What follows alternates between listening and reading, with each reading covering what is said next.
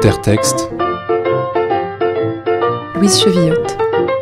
un podcast animé par Arthur Ségard.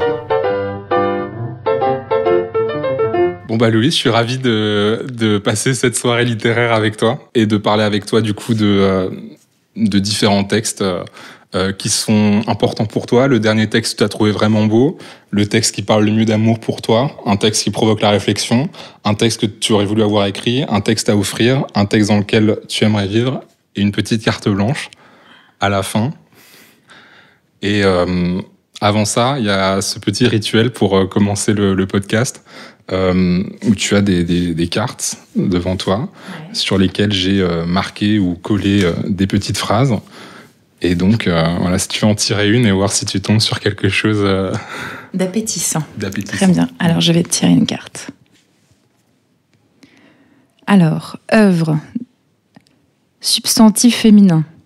Ce qui est fait et demeure fait à l'aide de la main. Exécuteur des hautes œuvres, le bourreau. La bâtisse. Grosses œuvres, les murailles les plus grosses. Dans œuvre, dans le corps du bâtiment. Hors d'œuvre. Hors des gros murs, en saillie, en sous-œuvre. L'enchassure d'une pierre. Œuvre morte, la partie qui est au-dessus de la flottaison. Œuvre vive, la partie immergée. Alors au pluriel, les œuvres, les labours, façons de vigne ou autre culture. Tout ce qui est fait d'une façon quelconque, toutes sortes d'actions morales, bonnes œuvres, les charités que l'on fait, production en vers ou en prose, relativement à l'auteur, la fabrique d'une paroisse, recueil de toutes les estampes d'un graveur, de toutes les productions d'un compositeur de musique, l'œuvre entière de Mozart. Le grand œuvre, recherche de la pierre philosophale. Alors, qu'est-ce que tu me veux ?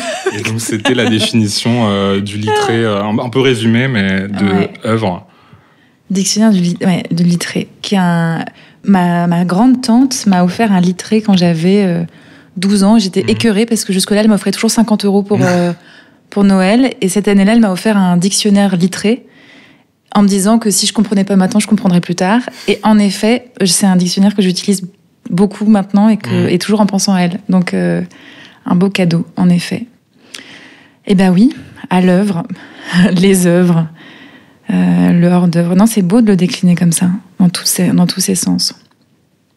Il y a une définition qui te parle particulièrement ? Alors, j'ai bien aimé tout ce qui était relatif au bâtiment, à la construction. C'est vrai que j'y pense jamais, parce que moi je parle tout le temps des œuvres, je sais pas, de cinéma, de littéraire, et en fait, oui, un chef-d'œuvre, un hors-d'œuvre, le gros œuvre. Ouais, c'est vrai que c'est de la bâtisse, c'est de la construction, ça se pose, quoi. Ouais, j'aime bien. C'est mon côté un peu Peggy. J'aime bien les grosses pierres, voilà. Moi, j'aime bien que ce qui est fait et demeure fait à l'aide de la main. Ça me plaît aussi. Le bourreau, ça me plaît moins. C'est très précis, hein. L'enchassure, déjà c'est un mot que j'aime bien. L'enchassure, que je ne dis jamais, d'une pierre. Et ça, je connais pas, par exemple. En termes de marine, les œuvres mortes, c'est la partie qui est au-dessus de la flottaison. Les œuvres vives, la partie immergée. Ça, c'est très beau. Je ne connaissais pas les œuvres mortes, les œuvres vives. Ça me plaît bien. Aussi. Parce que c'est pas forcément évident que les œuvres mortes soient dans l'eau, quoi. Ouais, ça aurait pu être le contraire. Voilà. Oui, c'est très inspirant, c'est vrai. Merci beaucoup de rien. De me plonger dans ce mot. Tu voulais en prendre une autre ou... J'ai l'impression qu'elle est un peu technique. Elle était un peu technique, celle-là. Elle est super technique. Une autre. À déplier, elle est chouette. On va en lire une autre. Hop. Alors. Portrait de la jeune fille en feu de Céline Sciamma. Vous pensez que tous les amants ont le sentiment d'inventer quelque chose ? Ah, c'est très beau. Oui, je le pense. On a un peu toujours l'impression d'être la première à inventer l'amour quand on est amoureuse. Donc j'imagine que les autres pensent comme moi. C'est très fort comme phrase. Puis c'est vaste, le sentiment d'inventer quelque chose. En tout cas, il se crée dans l'amour des choses vastes, et on dit bien créer, inventer, Et c'est sûr que dans l'amour, il y a beaucoup d'imaginaire, il y a beaucoup de créativité. Et quand l'autre aussi est friand ou friand de grandir dans ce sentiment-là, dans cet espace-là, c'est sûr qu'on peut aller très très loin dans l'invention. Il y a une forme d'œuvre aussi, quelque chose à l'œuvre. Moi je pourrais y dédier ma vie. Moi ça pourrait être mon chef-d'œuvre. Ouais. Oui. Ouais, je suis une grande amoureuse, voilà. Et donc du coup une grande lectrice aussi. Et une grande artiste, sans doute. Je ne sais pas, mais en tout cas. Enfin, dans le sens, dans le sens de l'œuvre, voilà, d'être à l'œuvre, parce que. Ça c'est sûr que je suis très à l'œuvre. Ouais. Comme on le disait en off, même une quiche quelque part, ça peut être une œuvre. En fait, je suis amoureuse de l'existence. Ouais. Voilà. C'est une artiste de la vie. Ça c'est sûr que c'est une chance, je crois, hein, mais j'ai la chance d'adorer vivre. Et j'ai un ami cher qui, je pense, aime encore plus vivre que moi. Okay. Et qui m'impressionne beaucoup parce que je pensais pas que c'était possible d'être encore plus gourmand, jouisseur, en appétit, aventurier dans la découverte. Et il me hisse toujours parce que je vois face à chaque situation, il est toujours dans le rapport à l'expérience. C'est ce qui lui arrive, va le transformer, va lui apporter quelque chose. Et même quand il se prend des mauvaises nouvelles, quand il se prend des déconvenues dans son métier, il est artiste aussi, il le réfléchit toujours comme une chose à l'œuvre, comme faisant partie de son œuvre. Et moi, il me donne beaucoup de courage. Donc, j'aime beaucoup notamment les gens, mais aussi la littérature pas du tout en déni de la difficulté et de la violence et tout ça, mais quand même qui a toujours une espèce de souffle de vie, d'audace, de réparation, de puissance. Je suis très sensible à ce genre de texte. Et du coup d'humains aussi, parce que les textes, c'est des humains qui les ont écrits. Et tu crois ce truc un peu proustien de la vie et de l'œuvre, et que pour faire son œuvre, à un moment, il faut se retrancher de la vie, et à force de trop vivre, du coup, tu travailles pas sur ton œuvre. Cette division-là, t'y es sensible ou pas tellement? C'est la même chose finalement, œuvrer et vivre. Ça dépend quel est notre médium en fait. Mais c'est une bonne question parce que là tout ce qui me vient en tête, c'est une phrase de Camus que j'adore. Je crois, si je dis pas de bêtises, que c'est dans L'été ou dans Nos. Il dit, je vais mal le dire, c'est en substance, mais il faut vivre. Il y a un temps pour vivre et un temps pour témoigner de vivre. Okay. Et j'aime bien parce que du coup, ça remet en lumière, en pleine lumière, le fait que il faut vivre haut. Et qu'après, s'il y a la possibilité, le désir, on peut toujours revenir dessus et en faire le déplier, en faire œuvre. Il est vrai que la vie de Proust ne faisait pas rêver. J'espère pour lui qu'il avait un bon lit. Mais après, chacun son endroit. Mais c'est vrai que j'ai l'impression qu'en tout cas, quand c'est de l'écriture, un retrait à un moment ou à un autre paraît fondamental. Je vois pas comment on peut faire autrement pour plonger, pour s'approcher, pour être au plus sincère, au plus proche de cette sensation, de cette brûlure. Je vois pas comment on peut le faire sans plonger. Mais j'imagine que d'autres personnes sont très capables de le faire autrement. Mais en tout cas, c'est ça que ça m'évoque. Louise, c'est quoi le dernier texte que tu as trouvé vraiment beau? Alors, j'ai eu un coup de foudre absolu pour le texte, pour le premier recueil d'une jeune autrice québécoise qui s'appelle Camille Riedman-Prudhomme. Et le texte s'appelle « Quand je ne dis rien, je pense encore », qui est une succession de courts textes en prose poétique, une écriture assez simple, vraiment à l'os, précise, et qui est à la première personne, et qui est la tentative d'une jeune femme d'observer la parole et ses accidents. Qu'est-ce qui fait qu'une pensée devient parole? Qu'est-ce qui fait qu'une pensée aurait pu être une parole et reste une pensée? Et qu'est-ce qui fait que la pensée nous emmène très très loin et peut autant nous écarter des autres que nous en rapprocher?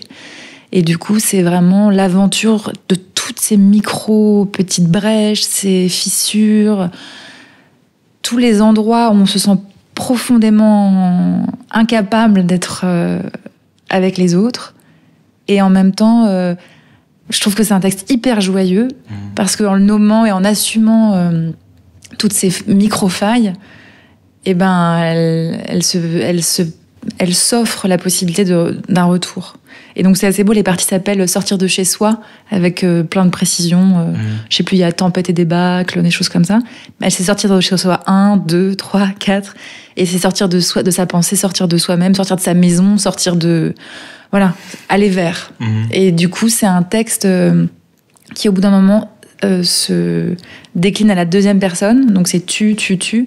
Et c'est un texte que j'ai eu la chance de pouvoir dire en public.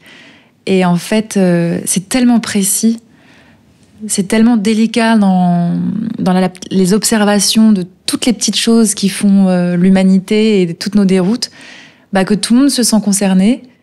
Elle s'adresse à tout le monde et du coup, on est à la fin une communauté ou de lectrices et de lecteurs ou de spectatrices et de spectateurs complètement vulnérables, à poil, sans mensonge, qui reconnaissons qu'on est en effet des grands émotifs, des grands incapables, des grands fragiles, des vulnérables, et en même temps des amoureuses et des amoureux. C'est un texte que je trouve je sais pas si j'en parle très bien, mais en tout cas, je le recommande vivement parce qu'il est tellement délicat, mais au sens vaste de la délicatesse, comme une philosophie de la délicatesse. Ouais, j'ai un grand amour pour ce texte. Ouais, ça se sent, et ouais, du coup, t'as raison. Enfin, j'ai eu la chance d'être là quand t'as lu ce texte à la Maison de la Poésie. Et c'est vrai que entre la lecture intime de ce texte où on se sent vraiment en résonance très fort, enfin voilà, avec le texte de Camille, et le fait de le lire comme ça dans une petite salle, et en plus tu l'as vraiment lu superbement. Enfin, t'as vraiment donné vie, hyper bien à ce texte et aussi à ces moments de drôlerie et enfin voilà, toutes ces passages de la tendresse à la fragilité, à la drôlerie. Et ouais, la résonance que ça a eu soudain dans une salle comme ça, entre spectateurs, quoi, le mettre sur scène, ça a donné une dimension encore différente. Ouais, enfin, je sais plus où j'allais avec cette phrase, mais je comprends très bien. En fait, le grand bonheur de lire des textes en public, ou de les dire, c'est qu'on les redécouvre. Parce qu'à plusieurs, forcément, on devient plus intelligente et plus intelligent. Ouais, ce truc de la communauté, quoi, qui soudain été créé autour de ce texte-là, est très très fort. Enfin, j'ai rarement senti ça, ce degré de communauté soudain qui était produit par ce texte et par son interprétation. C'était comme une étude de l'humain, de l'être. Et j'avais l'impression que j'avais tout le public pour m'aider à accoucher de cette pensée. Car tout le monde était concerné. Et donc, tout le monde avait envie de savoir dans quelle anatomie, dans quel laboratoire il était observé. Et c'est ce genre de textes qui sont pas du tout des textes consensuels, mais qui sont des textes qui sont d'une grande rigueur. C'est-à-dire que c'est un texte qui a un chemin, qui part d'un endroit et qui suit sa route et qui se déplie. Et c'est rare de voir des textes aussi bien construits. Et pourtant, c'est aucunement, on va dire, didactique ou quoi. Et donc, qui suit cette route-là et qui permet, sur son passage, de s'adresser à tout le monde, tout en étant hyper exigeant. Donc, franchement, moi, je suis assez épatée, parce que normalement, je suis très sensible à des textes bien obscurs, bien mystiques et tout ça. Et là, de pouvoir aller très, très loin dans dans la sensibilité, l'interprétation, la compréhension de l'autre, dans des termes clairs, c'est rare. Ouais, cette simplicité de l'écriture qu'a Camille, c'est vrai que c'est assez fou, quoi. Et bon, je pense que ça va avec ce sens de la communauté, de rendre un texte accessible à tous et à toutes. Mais du coup, elle est dans mon programme de doctorat à New York. Et une fois, elle avait animé un atelier d'écriture. Du coup, on était quelques doctorants à être avec elle dans cet atelier d'écriture. Et en fait, ça fonctionnait sur le principe des listes qu'elle utilise un peu dans ce recueil-là. Enfin, par exemple, des choses. C'était pas ça exactement, mais des choses qui rendent nostalgique. Et là, tu fais une liste. On te donne 10 minutes pour faire une liste de choses qui te rendent nostalgique ou des choses, je sais pas, qui te font chaud au cœur, des choses comme ça. Et finalement, ensuite, le fait que chacun lise sa liste propre de ces choses-là ou des choses qu'on a perdues. Et enfin voilà. Et là, là encore, ça a créé des moments de communauté assez magique, quoi, et ça va, je pense, avec une forme de simplicité, y compris dans l'écriture, et dans, par exemple, ce dispositif de la liste, qui est finalement le truc le plus simple que tu puisses imaginer, mais qui permet de toucher des choses hyper profondes, en fait, assez vite. Ouais, c'est très juste. Ça me parle beaucoup. Et c'est vrai que c'est construit comme ça par endroits. Ouais. Non, mais ça me touche de voir que la simplicité peut s'allier à une espèce de rigueur formelle en même temps. Je sais pas, je suis curieuse et je suis happée par ce texte, vraiment. Tu veux lire un bout ? Ah bah si tu veux, oui. Alors... j'aime beaucoup ça. On te quadrille le temps, les semaines ont 2 et 5 jours. Le soir arrive à 6 heures. Tu attends les voyages pour que la semaine change de forme, devienne une coulée de jours, où la nuit ne tombe pas, se dépose quand tu le lui demandes. Voilà, c'est un petit extrait au milieu d'un vaste ensemble, mais j'aime beaucoup. Voilà. Je sais pas si c'est à l'image du texte, parce qu'il fonctionne vraiment dans sa globalité, mais voilà, j'aime bien ce passage. Ouais, les structures et le fait que les structures parfois épousent pas la subjectivité. Il y a une phrase aussi qui m'avait beaucoup marqué quand tu l'as lu, ce truc. Je sais plus comment elle le dit, mais la nuit, il y a pas de rendez-vous, il y a des rencontres. Ouais. C'est trop beau ce passage. Et puis c'est très juste. Ouais, bah c'est ça, ce truc de sortir de l'emploi du temps, du quadrillage habituel, pour retrouver un truc qui ressemble à de la subjectivité. Complètement, ouais. Ça c'est tout, c'est beau. Non mais tout est beau, c'est terrible. Qu'est-ce qu'on peut faire? Ah, c'est ça. Un petit cœur au-dessus. Oui, il y a un petit cœur au-dessus. Chaque jour, j'attends la nuit, car la nuit, j'ai peut-être moins de visage et plus de voix. Pour cela, sans doute, la nuit m'apaise parce qu'elle offre un grand congé qui est aussi un droit de ne plus répondre. Je veux dire que la nuit ne supporte pas les obligations, elle est libre. La nuit, il n'y a pas de rendez-vous, il y a des rencontres. Il n'y a pas d'horaire parce qu'il n'y a pas de repas, seulement du temps tendu, donné. Ouais. Magnifique. Ouais, c'est beau. C'est quoi le texte qui parle le mieux d'amour? Ah là là. Eh ben, quand j'ai réfléchi à la question, je me suis dit que c'était très très difficile. Et puis à un moment, j'ai eu une évidence absolue. Je suis une folle éperdue de Monsieur Char. Okay. Dans toutes ses obscurités et dans toutes ses grâces.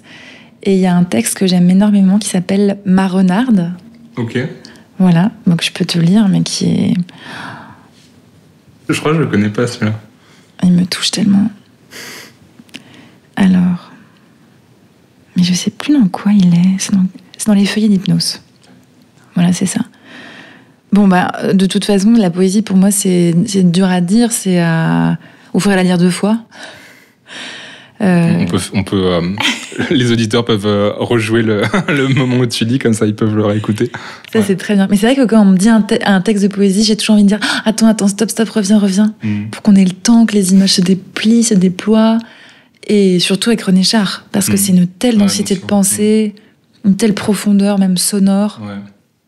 Mais c'est pour ça que j'ai bien aimé ce truc quand t'as lu les textes de Camille notamment, qu'il y ait cette projection aussi de temps en temps sur le mur du texte qui permettait de matérialiser le texte, et notamment pour Louise Warem dont t'avais lu les poèmes juste avant. C'est vrai que comme pareil, il y a une densité de sens très très forte, c'était bien de pouvoir lire le texte et y revenir ensuite. Bah moi, si j'avais été toute seule et avec plus de temps et d'espace, j'aurais tout projeté en silence, puis tout dit. Ou inverser l'un et l'autre. C'est pas mal, ça. Mais c'est vrai que je trouve que la présence de l'écrit, l'écrit mis en scène, je trouve que c'est magnifique. Et au moins, ça laisse à chacun un rapport intime avec la langue. Mais bon, bah du coup, là, il n'y a pas d'écrit, je vais le dire. Et puis, réécoutera qui réécoutera. Donc le texte s'appelle « Ma renarde ». Ma renarde, pose ta tête sur mes genoux. Je ne suis pas heureux et pourtant tu suffis. Bougeoir ou météore, il n'est plus de cœur gros ni d'avenir sur terre. Les marches du crépuscule révèlent ton murmure, gîte de menthe et de romarin, confidence échangée, entre les rousseurs de l'automne et ta robe légère. Tu es l'âme de la montagne au flanc profond, aux roches tues derrière des lèvres d'argile. Que les ailes de ton nez frémissent, que ta main ferme le sentier et rapproche le rideau des arbres. Ma renarde, en présence des deux astres, le gel et le vent, je place en toi toutes les espérances éboulées pour un chardon victorieux de la rapace solitude. Oh, moi, je sais pas ce que ça me fait. Ce texte me bouleverse. Ouais, il est assez fou. J'y comprends pas grand-chose. Je ressens énormément de choses. Et qu'un texte commence par « pose ta tête sur mes genoux » et finisse par je place en toi toutes les espérances. D'ailleurs, j'aurais peut-être dû dire éboulées. Les espérances éboulées, je ne sais pas. Pour un chardon victorieux de la rapace solitude. Oh, franchement, la rapace solitude, j'ai tellement l'image. J'aime tout. Voilà. Que les ailes de ton nez frémissent, que ta main ferme le sentier et rapproche le rideau des arbres. Je trouve que c'est un joyau. Voilà. Donc, de ma rapace solitude, je l'offre à ta rapace solitude. Merci. Cette renarde au gîte de menthe. Voilà. Et oui, c'est l'amour vaste. Voilà. Ouais. C'est vrai que c'est pas souvent que les espérances s'éboulent. Donc ça vaut le coup de... Ouais. Chez Char, souvent. Elle s'éboule, mais c'est quoi ? C'est le réel désaltère l'espérance, ou un truc comme ça. Ouais. C'est... Il y a une phrase de Char que j'adore, un vers de Char qui dit à chaque effondrement d'épreuve, le poète répond par une salve d'avenir. Wow. Ah oui. Char, de toute façon, généralement, il drop the mic. Ouais. J'ai pas grand-chose d'autre à dire que... Ouais, moi non plus. En fait, parfois, j'aime, comme dans la musique ou comme en amour, un moment laisser le sens pour ouvrir l'essence. Et lui, je sais pas, il m'attrape à un endroit mais tellement souterrain. Bon, je suis pas la seule, hein. J'ai pas inventé le fil à couper le beurre, comme je dirais, en l'aimant. Mais c'est vrai que c'est un vrai compagnon de route depuis très longtemps. Voilà. Et est-ce que tu penses que cette écriture-là, un peu obscure, un peu, j'ai envie de dire psychédélique, avec cette multiplication d'images à la fois tendres et cosmiques, et voilà cette multiplication de visions, est-ce que tu penses que c'est le genre d'écriture qu'il faut pour capter l'amour, le sentiment amoureux? Non, je pense pas. Je pense que c'est sa façon à lui. Ouais. Et c'est fou parce que quelqu'un d'autre qui écrirait comme ça, on pourrait penser que c'est complètement sophistiqué, ampoulé, précieux. Même moi, dans mes errances d'écriture, quand je commence à mettre plus de 3 adjectifs et des mots de 4 syllabes, je me dis que je suis en train d'être dans une singerie. Donc non, il y a 1000 manières. Par exemple, quand je réfléchissais à ta question, je pensais beaucoup à Marie Huguet aussi, qui est une poète québécoise que j'aime beaucoup, qui a une écriture, on va dire, bien moins obscure. Après, c'est une langue vraiment poétique. Je sais pas... Elle arrive à attraper des choses aussi avec une écriture beaucoup plus simple, on va dire, plus claire. Donc non, je pense que c'est la langue... C'est mystérieux, hein, pourquoi on s'exprime de cette manière-là. Parce que t'as raison, c'est obscur, mais c'est pas ampoulé. Il y a un truc qui est quand même très évident, il y a un truc qui est très animal, ce truc de renarde, ce truc de la nature, la sensualité du chardon et de la montagne, de tout ça. C'est vrai qu'il y a un truc qui est à la fois obscur et pas non plus artificiel, en fait. Pas du tout. De toute façon, j'ai l'impression que les langues comme ça, qui sont charnues, sophistiquées, qui tiennent, c'est parce qu'il y a un degré de sincérité et de descente dans ses entrailles, on va dire, d'humain, qu'il n'y a pas d'écart entre la pensée et le mot. C'est-à-dire que c'est la langue de cette pensée-là. C'est la langue d'un rapport au monde. Ouais. Et bizarrement, j'ai l'impression que quand on travaille et qu'on retravaille des textes, moi j'ai vraiment la chance de le faire comme interprète au théâtre, où on va disséquer. Les langues qui tiennent à un moment, on sent que entre la pensée et l'expression, on va dire linguistique, poétique, enfin de ces mots-là, il y a comme pas d'écart.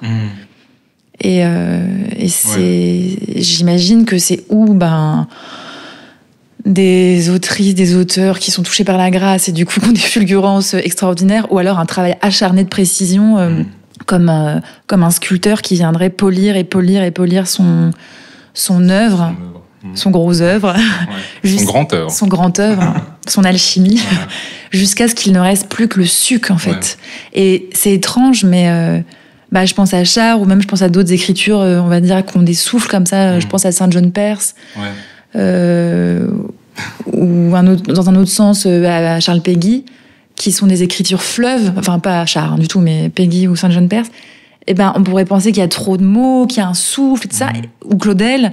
Moi, c'est des langues qui me plaisent aussi parce que j'ai l'impression que là encore, on appelle à autre chose que notre rationalité, notre raison, notre logos, et que ça va être un souffle qui nous embarque. Et c'est là qu'on a besoin des interprètes aussi, qui s'embarquent dans des langues, pour les interprètes qu'on goûte ces langues-là. Moi, ce qui est vraiment mon cas. Et à un moment de faire un pari poétique qui serait de dire, si on s'en remet à la langue profonde écrite par un poète, on peut emmener beaucoup plus loin que par l'exégèse ou par la pensée, le sens. Il y a quelque chose dans l'oralité des langues qui va encore plus loin. Je sais pas si c'est clair. Mais c'est mon bonheur, en tout cas, comme comédienne, de dénicher ces langues-là et de les donner à entendre. Et je sais que c'est dur, parce qu'on pense souvent que c'est obscur, mais dans un sens négatif. On pense que c'est pas accessible. Et en fait, on pense aussi que ceux qui les écrivent font des caisses. Mais moi, vraiment, quand on est comme interprète, on va dire dans la rigueur des langues, dans le sens, mais aussi dans le son, comme en musique, j'ai l'impression qu'on leur restitue leur risque. C'est des écritures qui risquent des choses, en fait, qui risquent de pas être prises, de pas être comprises, d'être moquées, alors que je pense qu'elles peuvent nous emmener très loin. Et donc toi, quand tu joues Claudel, quand tu joues Péguy, c'est avec une forme de simplicité, c'est avec en essayant de retrouver justement ce souffle, une forme d'authenticité de ces langues-là qui peuvent paraître complexes, mais qui au final viennent comme tu dis, d'un souffle. Et ça va être un savant équilibre, parfois raté, entre le sens et le son. On va dire, entre ce qui est dit et comment c'est dit. Et comment c'est dit, c'est autant par la versification, par la répétition des sonorités, par la texture. Est-ce que c'est des textes qui vont être plutôt liquides? Est-ce que c'est des textes plutôt carnassiers? Est-ce que c'est des textes percussifs? Et donc, parfois, pour se faire comprendre, il faut baisser la maîtrise, on va dire, technique. C'est-à-dire, il va falloir mettre un peu moins de son, un peu plus de sens. Des fois, c'est obligé. Parfois, le sens est tellement compliqué, on dit, tant pis, là, on va partir en freestyle, on s'embarque. Allons purement dans un rapport musical. Et l'extase pure, c'est quand c'est la ligne de crête entre les deux. Et que le son vient révéler le sens et que le sens magnifie le son. Alors là, c'est pas toujours. Mais quand c'est possible, c'est merveilleux. Et j'ai l'impression que dans les grands textes, on peut viser à ça. Mais par exemple, chez René Char, des fois, on aura envie de le dire plus vite. J'ai l'impression que ça, pour être entendu, pour être perçu, si c'est à l'oral, j'ai l'impression qu'il faut tenir les chevaux, quoi. Faut ralentir, faut être dans la densité, faut être dans la glaise, quoi. Je sais pas. Mais des fois, je suis frustrée parce que j'aurais envie que tout ce qui s'opère en nous, enfin, je dis en nous, je dis en moi, de petites épiphanies lumineuses, d'émotions puissent opérer chez l'autre. Ouais. Et j'ai l'impression que ça peut se faire qu'en 2 temps. Mais peut-être il faut que C'est-à-dire pour transmettre l'émotion, ton émotion de lectrice sur scène, il y a une... sur des textes comme ça, ce genre de texte, par exemple... Ouais, tu veux dire que c'est la relecture aussi qui permet de la compréhension et l'épiphanie, quoi. Ouais, mais je suis sûre que je me trompe, j'espère que je me trompe. Ouais. Et peut-être que quand je serai une actrice de haut vol à 80 ans, je dirai 2 vers et toute la salle fera « Ah, mais bien sûr !» Pour l'instant, je suis encore dans l'excitation de ma propre compréhension et la compréhension que je rêve chez l'autre. Et puis toutes celles que j'ignore et qui vont faire leur chemin en chacun. Mais voilà. Et puis après, je suis rigoriste, on va dire, sur le sens. C'est-à-dire, tout ce que je peux chercher à comprendre, je vais essayer de le comprendre et de le faire comprendre. Après, il y a des zones de mystère aussi et que j'accueille. Sans crainte. Un texte qui provoque la réflexion. Eh bien, alors ça m'a fait réfléchir. Alors, je me suis dit... Il y en a plein qui me mettent en réflexion. Surtout, en ce moment, j'ai l'impression qu'on est quand même dans une époque assez magique sur la remise en question, la déconstruction, la remise en jeu des privilèges, de nos acquis, de plein de choses. Et je trouve que c'est une époque passionnante, vraiment. Enfin, moi, je vois comment j'ai changé en 5 ans à peine, par mes lectures, par mes rencontres... Et tout ce qui me reste encore à conquérir, j'en suis émue, quoi. Je me dis, il y a une marge de transformation qui est extraordinaire et ça me rassure. Et souvent, je me fais une petite note à moi-même en me disant que j'espère que ce sera comme ça toute ma vie. Voilà, donc c'est bien, maintenant c'est enregistré, donc on pourra me le ressortir dans 50 ans. Note à toi-même. Note à moi-même, vraiment, vraiment, vraiment. Mais donc, du coup, l'un des derniers grands textes qui m'a percuté le crâne, on va dire, c'est... où je me suis vraiment dit que je l'avais lu trop tôt, comme si c'était un texte d'avant-garde et que le texte avait 50 ans d'avance sur mon cerveau, tout en reconnaissant que le texte avait raison. C'est un texte de Preciado, qui est une conférence, d'ailleurs, qui est « Je suis un monstre qui vous parle ». Donc, qui est une conférence qu'il a donnée face à une assemblée de psychanalystes. Je crois, freudiens, voilà. Donc, dans les théories de Freud, on parle énormément du rapport à la mère, au père, le rapport au féminin, au masculin. Et qu'est-ce qu'on fait quand face à nous, on a une personne transgenre qui a quitté un genre pour l'autre et qui... au vu des théories de Freud, ou bien n'existe pas, ou alors est art dégénéré, un monstre, un inexistant. Et ce qui est hyper fort dans le texte, c'est que il fait comme une espèce de, on va dire, d'historiographie des conceptions qu'on a sur le genre, en remontant au Moyen-Âge, et en montrant bien que le genre est une construction. Voilà. Et donc le fait qu'aujourd'hui qu'on dise qu'il y en ait 2, ne date pas de tout temps, comme qui dirait, et qu'il y a eu plusieurs manières de l'envisager, qu'à un moment on pensait qu'il y avait qu'un genre qui était le masculin et le féminin n'était que le sexe masculin inversé. Voilà. Et puis il le compare aussi à la science, quand on pensait que la Terre était au centre de l'univers, puis on s'est rendu compte qu'en fait c'est l'inverse, et que si aujourd'hui on comptait vraiment tout le nombre de différents sexes à la nature et d'identité de genre qui pouvaient en découler et aussi qui ne découlaient pas des sexes et de la nature, il y avait peut-être 9, 10, 15 catégories de genre. Bon, je sais pas si j'explique très bien, mais en tout cas, je vais plutôt parler de ma réaction, qui a été de me dire, j'entends parfaitement et je suis pleinement consciente parce que autour de moi, j'ai énormément d'amis qui transitionnent, énormément d'amis qui sont dans la non-binarité, qui sont fluides, qui ne se reconnaissent plus du tout dans les catégories de genre. J'ai peut-être dû le lire à 3-4 ans. Et la question qui m'était venue, la réflexion qui m'était venue du coup, c'était de me dire, mais il est évident que le monde se porterait bien mieux s'il n'y avait plus d'hommes et plus de femmes. Si ces 2 genres-là n'existaient plus. Et ensuite m'est venue l'idée suivante, c'était, mais est-ce que je suis prête à ne plus être une femme ? Et la réponse était absolument non. Okay. Non, pourquoi ? C'est bien, tu te poses toi-même les questions. Ouais. Pourquoi ? Parce que tous les privilèges qui découlent du fait d'être dans la norme, c'est-à-dire d'être dans les 2 grands genres reconnus, qui sont quand même les six genres, donc féminin et masculin. Et maintenant, plus je grandis, plus mon féminisme s'aguerrit, plus mon rapport, je dis au patriarcat, mais je vais dire à la masculinité, se complexifie et s'éloigne. Tout ce qui faisait de moi une femme était en fait particulièrement construit vis-à-vis du masculin.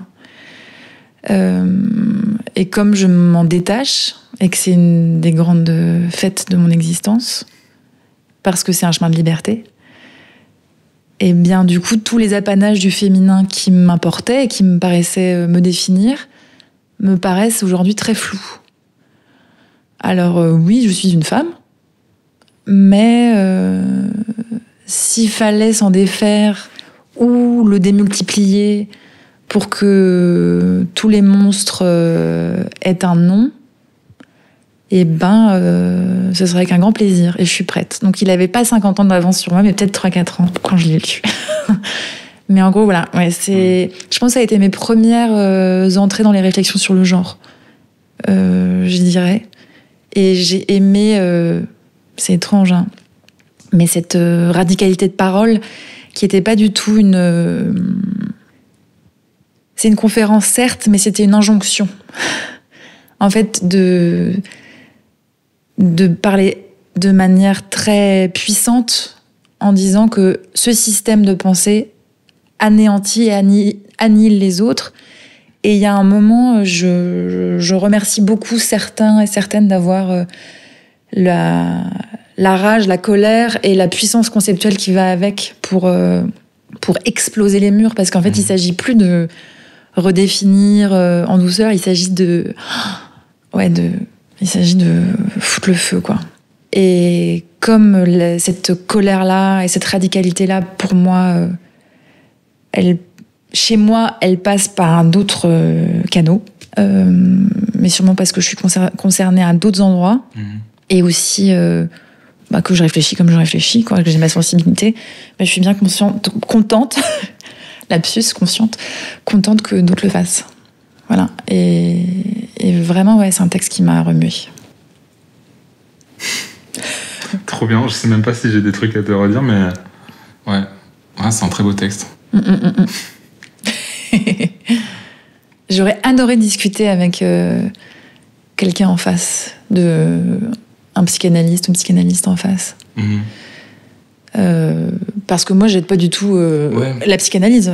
Moi, je suis une grande allongée depuis plusieurs années. J'ai l'impression que si la Terre entière était psychanalysée, ça irait bien.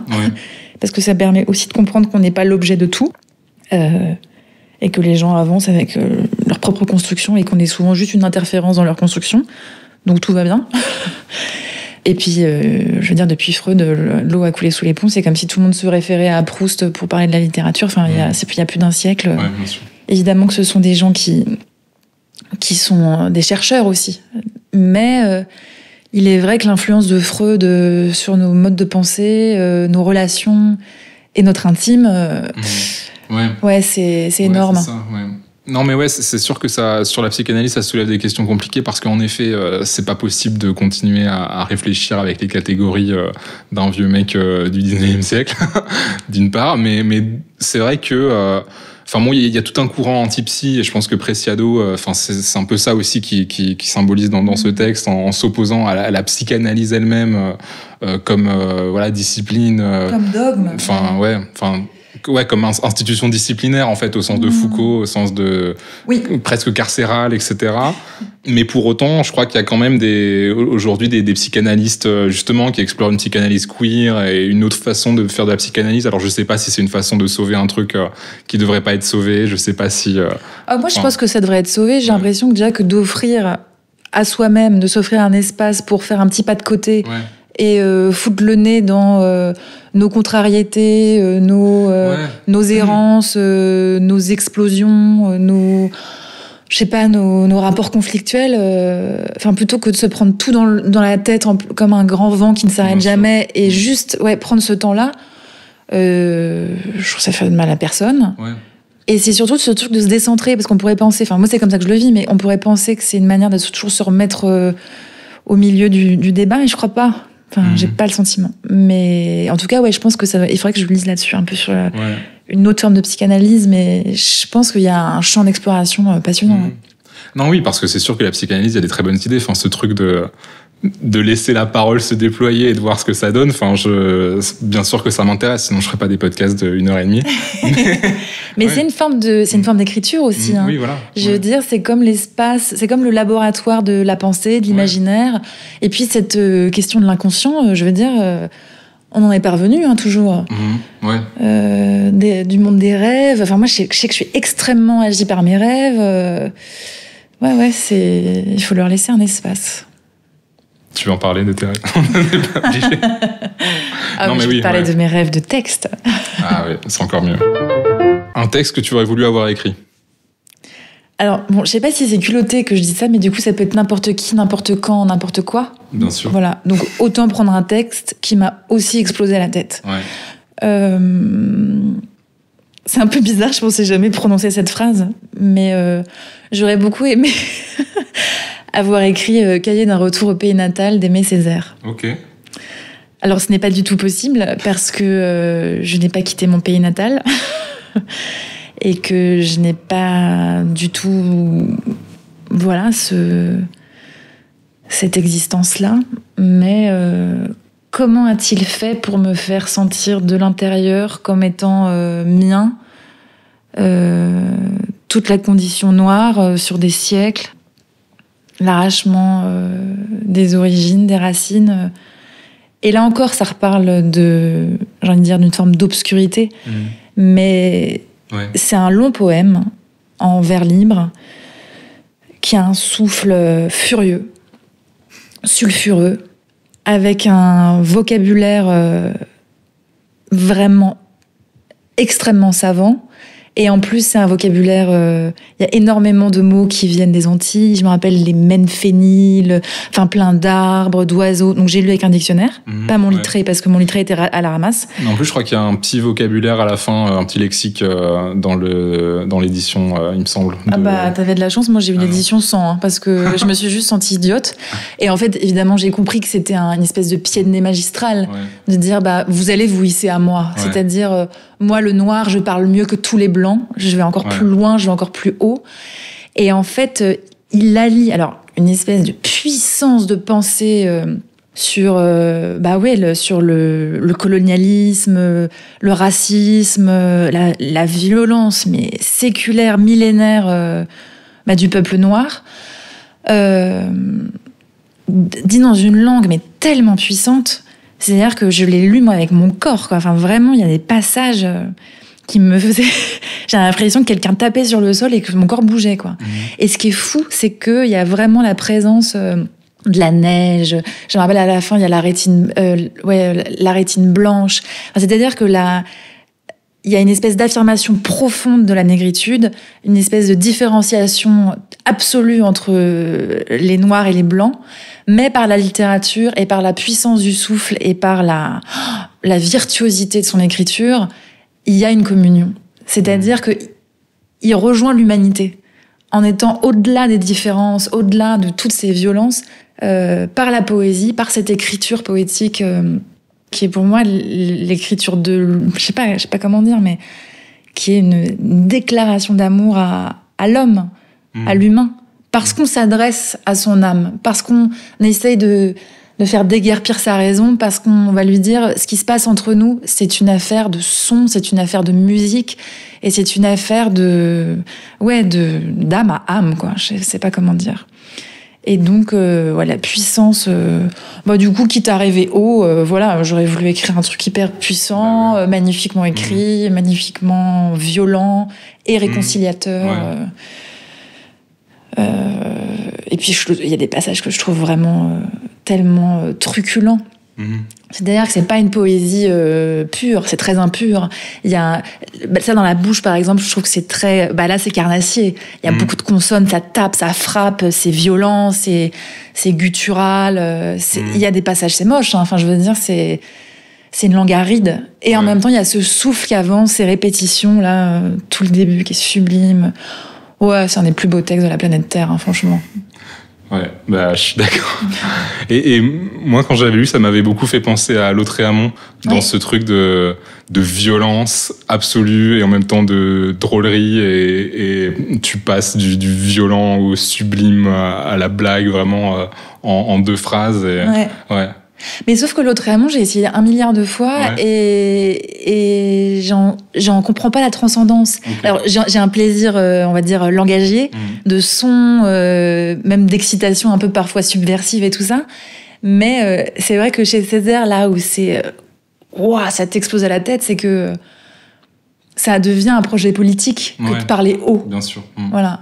Et qui est pour tout le monde. C'est un texte que j'avais filé à des élèves qui étaient vraiment tout jeunes, qui étaient au tout début de leur parcours, qui avaient peut-être 18, 20 ans, en me disant, est-ce que c'est pas un peu hasardeux de leur faire lire ça ? Et franchement, mais toutes et tous, ils ont été bouleversés par le texte. On l'a décortiqué ensemble, mais une fois qu'ils sont rentrés dans l'énergie de cette langue-là, ils le comprenaient mieux que moi, ils me le faisaient comprendre. Donc en fait, c'est faire confiance à des écritures, on va dire, hautes, qui font ce pari-là. À la fin, c'est dire au public qu'on leur fait confiance et qu'on leur confère une intelligence absolue. Et qu'on sait qu'ils peuvent et qu'ils savent. Parce que souvent, ce qui se passe aujourd'hui, c'est qu'on se dit, on veut pas écarter les gens, et on confond un peu le populaire avec la simplicité. Et je crois vraiment qu'on peut avoir un vrai élitisme. Malraux sort de ce corps. Un vrai élitisme pour tous et toutes. Mais pas du tout un truc excluant. En fait, je pense vraiment que si on est très, très, très rigoureux avec nous-mêmes en se disant, qu'est-ce que je comprends pas essayer de faire semblant qu'on est plus intelligent que les autres et de se planquer. Parfois, quand je ne comprends pas, et je vais le dire en montrant que j'ai rien compris. Comme ça, au moins, tout le monde est au courant que ou je suis plus conne que vous, ou vous aurez la solution et vous me le direz, c'est merveilleux. Mais en fait, d'arrêter de faire semblant avec la littérature. Moi, j'ai un rapport très organique et, on va dire, intuitif à la littérature.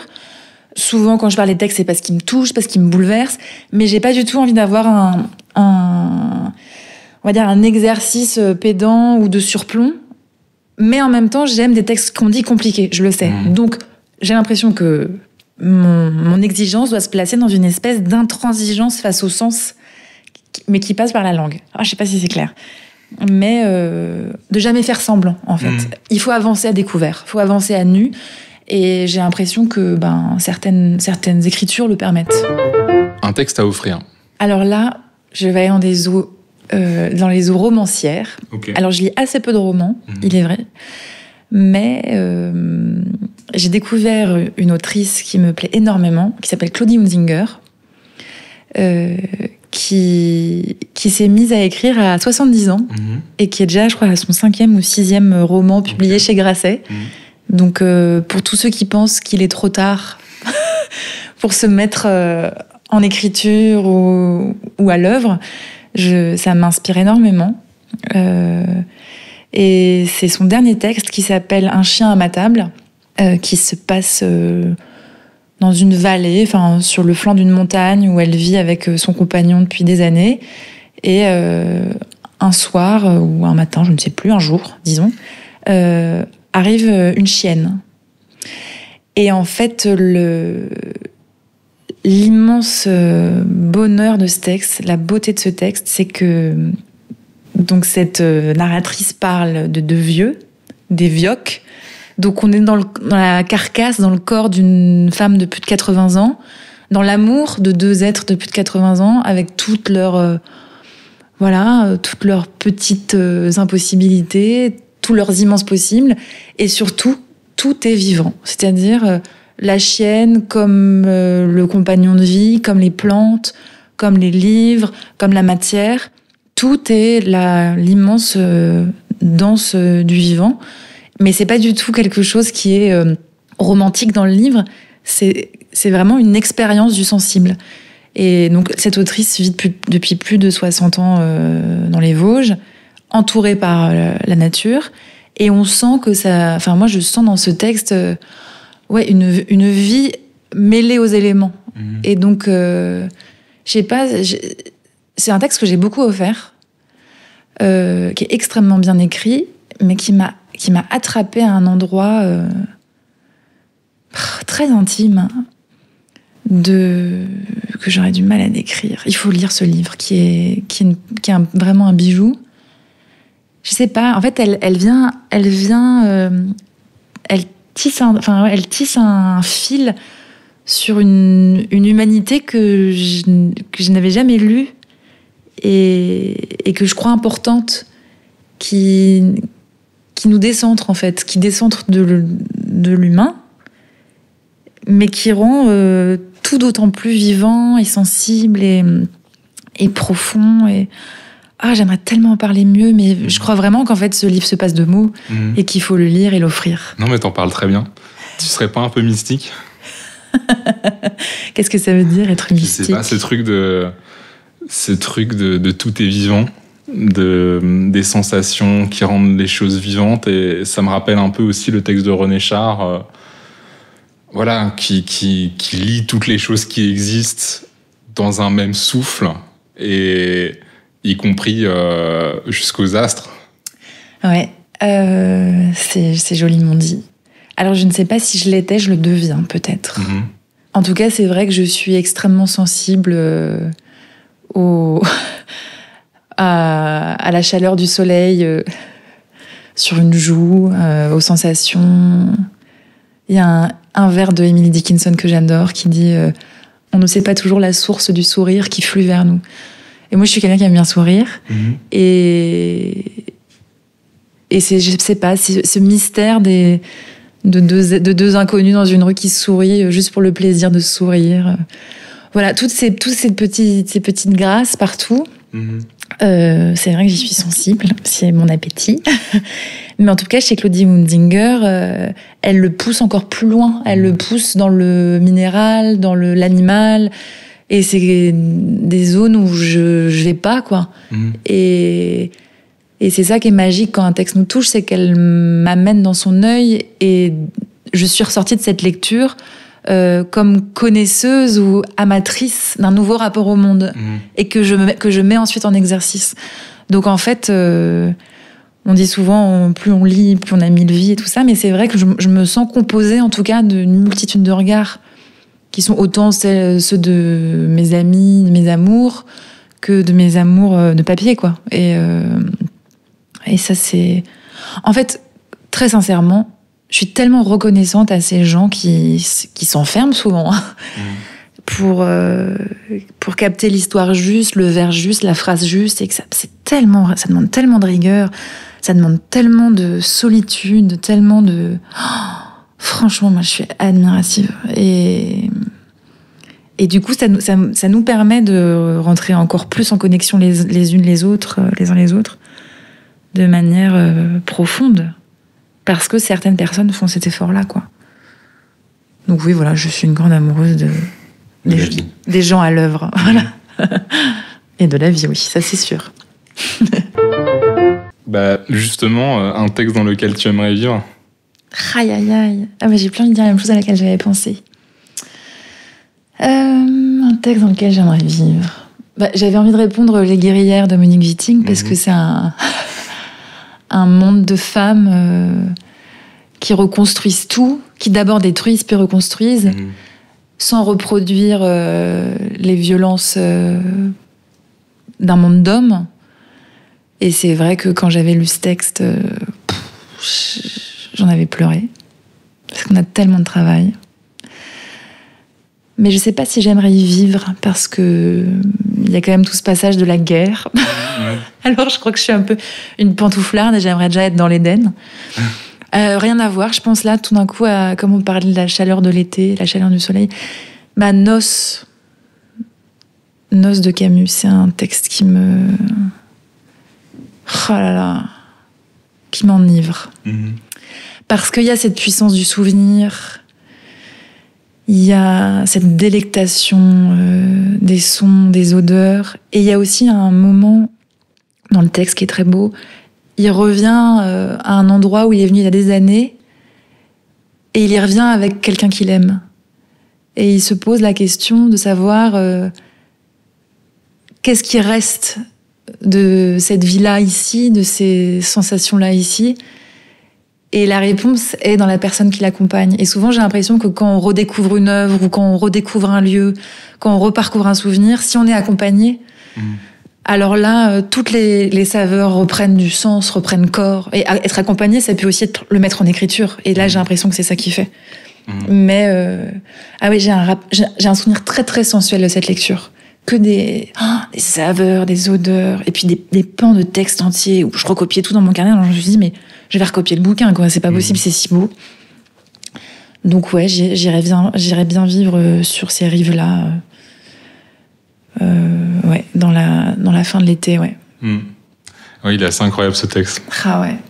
Et c'est vrai que chez Wittig, il y a la guerre et tout ça, mais il y a des passages aussi où elle décrit les mers bleues et les fruits, et tout ça, enfin qui fait un peu penser aussi à ce genre d'écriture utopique.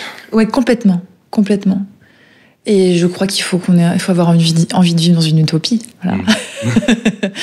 Mais ouais, et puis le texte de Wittig, il y a une espèce de rythme implacable, lancinant, puis on passe par mille choses. Et je l'ai entendu dire par Anna Mouglalis il y a pas longtemps, qui était accompagnée par plein de musiciens. C'était à la Philharmonie, une carte blanche de Lucien de Funès. C'était, j'étais en transe, quoi.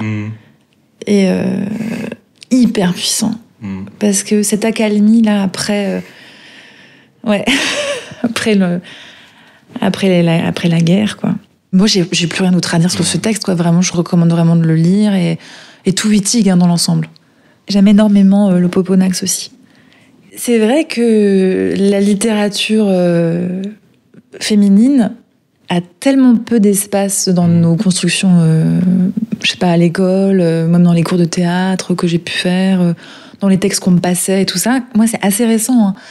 Mais plus j'avance dans la pensée des femmes, plus je réalise de tout ce dont on a été privé. C'est incroyable. Et chez Wittig, il y a une espèce de reconquête pan par pan du corps, de la sexualité, de l'entraide, du projet politique, du projet utopique, comme si il s'agissait de remettre la voix ôtée sur chaque pan. Et du coup, ce texte, il est complètement salvateur. On a l'impression que ça nous est rendu, quoi. C'est comme vraiment un tsunami. Et ouais, et aussi ce truc que tu disais un peu sur Preciado avant, l'espèce d'avance entre guillemets qu'a ce texte, et c'est vrai qu'aujourd'hui en fait il nous parvient avec une actualité, enfin ce truc de il faut détruire le patriarcat, mais il faut pas pour autant reproduire des formes de fétichisation, d'essentialisation, enfin en fait il faudrait et de domination. Voilà. Et c'est pas les femmes qui seront supérieures aux hommes. Il suffit pas d'inverser les symboles et de mettre les femmes au pouvoir, il faut refuser ces logiques là elles-mêmes. Enfin, il y a vraiment des choses hyper subtiles comme ça qui nous concernent vraiment maintenant, quoi. Il y a un passage qui est magnifique, c'est qu'une fois qu'elles ont tout, quand qu'elles ont vaincu, elle dit elles ne reproduisirent pas la même société. Elles ne firent pas les mêmes erreurs. Voilà. Elles ne le font pas. Juste parce qu'on sait que ça mène à la catastrophe à chaque fois. Alors, c'est déjà l'heure de la carte blanche. Oh yeah. Alors... comme j'avais pas envie de te farcir le crâne encore avec un énième poète ou poétesse obscur de mon cru, et comme je ne lis pas grand-chose d'autre que des poétesses obscures, alors on m'a offert un livre il y a pas longtemps qui est un très beau cadeau pour mon humble personne, qui s'appelle L'Atlas des îles abandonnées, écrit par Judith Chalansky, que je ne connais pas du tout, que je découvre, qui est un très beau livre, qui recense, on va dire, toutes les îles abandonnées du Pacifique, enfin de tous les océans, et à chaque fois raconte, donc la situe sur la carte, raconte une histoire, donc ou une histoire légendaire, de naufrages, de conquêtes puis de disparition de l'île, ou de légendes liées à cette île-là. Enfin, tout l'imaginaire et tout l'historique est lié à cette île. Et aussi, quelque chose qui me passionne, mais ça doit être un petit côté un peu étrange de ma personne, qui est le nombre de kilomètres de l'île la plus proche. Donc, par exemple, quand je vois qu'il y en a une qui est à 2710 kilomètres de l'île la plus proche, ça me met en transe. Alors, pourquoi ? Parce que j'ai l'impression que dans ce monde si vaste et où parfois on peut rêver de tout, se perdre, se noyer dans tout, l'idée d'une île me rassure parce que c'est comme une pensée exhaustive. C'est comme une pensée dont je pourrais faire le tour. Alors, je ne sais pas si c'est narcissique de faire le tour de sa pensée. Ça se trouve, c'est très ennuyeux. Et peut-être que les gens deviennent fous sur les îles. Je ne sais pas. En tout cas, moi, du continent, je suis très heureuse de penser aux îles. Et plus elles sont petites et plus elles sont lointaines, plus mon cerveau se met en vibration. Et il y a donc il y a plein d'histoires. Il y a plus d'une centaine d'îles. Des îles qui ont été un peu habitées, puis délaissées. Certaines îles où il y a quelques habitants, parfois 300, parfois 200. Et je sais pas, j'ai longtemps fouillé sur Google Maps les îles abandonnées avec le désir de m'acheter une île à une époque, comme j'avais 14-15 ans. Un petit budget, mais ouais. Voilà. Bon, des fois, c'est des cailloux, hein, franchement. Puis, on m'a fait remarquer que souvent, je tombais en pâmoison pour des cailloux. Donc, voilà. Au milieu de nulle part, donc c'est pas possible d'y aller. Mais en tout cas, la pensée de l'île, la pensée du rocher perdu déplie en moi quelque chose de très pur, de très doux et de très envisageable. Voilà. Et c'est proche des textes, en fait. Je crois que j'aime la poésie aussi parce que c'est quelque chose que je cerne. Parfois, ça tient sur une page. Parfois, ça tient en quelques lignes. Et je peux m'y promener et m'y repromener. Là, je tombe par exemple sur Napuka, les îles du désappointement. Il y a aussi l'île de la solitude, l'île de l'ascension, l'île aux ours. Enfin, voilà. Et il y a des histoires magnifiques. Donc, c'est un livre à offrir aux êtres qui aiment la pensée des îles abandonnées. Mais c'est intéressant cette idée de la pensée exhaustive. Du coup, ça te stresse, les métropoles où il y a trop de possibilités, où tu peux pas faire le tour, ou alors les romans qui sont trop vastes, dans lesquels on se perd et où il y a des choses qui nous échappent? Non, ça me stresse pas, mais parce que je suis gourmande. Ouais. Mais donc du coup, jusqu'à l'indigestion, quoi. Donc je vais m'y promener, quoi. Je vais essayer d'avoir un rapport exhaustif à tout ce que je perçois. Non, j'aime les espaces ouverts, j'aime les espaces clos. Je suis pas difficile. Hein. Comme tout. Ouh là là, non. Mais je suis pas difficile. Okay. Mais non, en fait, j'ai très envie, quand je serai grande, d'écrire un roman qui s'appellerait L'île exhaustive. Waouh. Voilà. Et je me disais peut-être qu'il y aurait quelque chose. C'est très Saint John Perse. C'est vrai. Mais en même temps, dans l'île, il y aurait peut-être quelque chose du IL, du masculin exhaustif. Ouais. Voilà. Et comment on pourrait en faire le tour pour aller ailleurs? Bon, peut-être on verra. Et c'est intéressant que il ce soit féminin et en même temps c'est il, tu vois. Enfin, exactement. Ouais. Ok, voilà. Il y a un truc à explorer. Je trouve ça très, c'est très sensuel comme idée. Et puis j'aime bien aussi dans d'autres langues. Je sais que en italien c'est isola. Ça fait penser à la solitude, alors que c'est pas du tout les mêmes racines, mais c'est pas grave. Je sais pas, il y a tout un imaginaire, je trouve, de créatif, poétique. Je trouve ça très, très chargé. D'ailleurs, je suis pas la seule à aimer ça. Hein. Le cinéma avec les îles éoliennes, enfin tout. Et puis, de toute façon, les îles, c'est là où tu réinventes les choses. Et Portrait de la jeune fille en feu, ça se passe sur une île. Je pense que c'est une des données principales du film, c'est qu'elles ont besoin de s'isoler sur cette île pour inventer leur amour, quoi. Enfin, elles sont, en tout cas, il y a un truc insulaire dans le film. Ah, c'est vrai. Ouais, c'est vrai, complètement, avec ces falaises et cette difficulté à aborder. Ouais. Mais du coup, c'est pour ça que c'est super qu'existent les canoës et autres engins aquatiques qui permettent d'accoster où bon nous semble. Okay. Voilà. Ouais. Très bien, Louise, merci. Et je te souhaite une bonne navigation. Eh ben, merci beaucoup à toi et que tous les flots que tu parcours te fassent aller haut. Pour cette métaphore aquatique. Que les flots vous fasse aller haut. J'ai remarqué en montant cet épisode que Louise Chevillotte aimait bien employer « haut » comme adverbe. Aller haut, parler haut, vivre haut. J'ai remarqué ça aussi dans une interview qu'elle a donnée en février dernier au Cahier du cinéma, où elle évoque l'association des actrices dont elle est membre et qui dénonce notamment les situations d'abus et les agressions qui peuvent survenir sur les plateaux de tournage. Elle dit à propos des actrices qui ont pris la parole: elles ont le désir de faire haut du cinéma, et cette vocation est empêchée par des artistes qui n'assument pas qu'ils sont aussi des employeurs et qui abusent de leur position de pouvoir. Faire haut du cinéma, c'est donc devenu le titre de cette interview. Et c'est vrai qu'on ne saurait mieux résumer l'ambition de Louise. Faire haut du cinéma, faire haut du théâtre, accomplir non pas les hautes œuvres, mais des œuvres hautes. Et c'est vrai que sa filmographie atteint déjà des sommets avec des films signés par des grands noms de l'histoire du cinéma, mais aussi des projets plus discrets, parfois plus audacieux, en tout cas qui ont ma préférence, notamment À mon seul désir de Lucie Borletot et La chambre double d'Isée Sorel. C'est fou quand même. Une seconde de présent qui devient une seconde d'éternité. Une seconde de ton souffle.